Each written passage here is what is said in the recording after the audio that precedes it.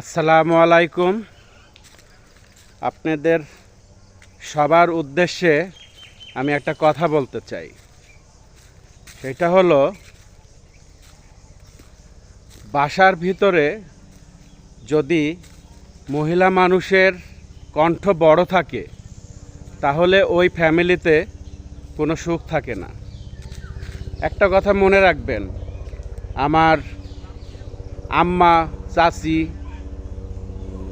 খালা, ফুপু যারা আছেন সবাইকে আমি বলতেছি, কেউ মন খারাপ করবেন না। বিষয় হলো, প্রত্যেকটা ছেলেরা বাসা থেকে যখন বের হয়ে যায় চাকরির ক্ষেত্রে, ব্যবসার ক্ষেত্রে, বিভিন্ন কাজের ক্ষেত্রে, তাদের মন মেজাজ থাকে অনেক হট।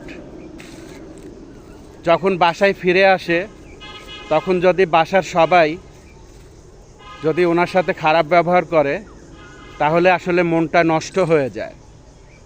কারণ ওই ছেলেটা সারাদিন কষ্ট করে আসতেছে বাসায় আসার পরে যদি সুখ না থাকে বাসার ভিতরে, তাহলে তার মনটা আসলেই খারাপ হয়ে যায়। তো আপনারা সবসময় একটা জিনিস মনে রাখবেন, যখন আপনি ছেলে, আপনার হাজব্যান্ড যখন বাসা থেকে বের হয়ে যাবে তখন ওনাকে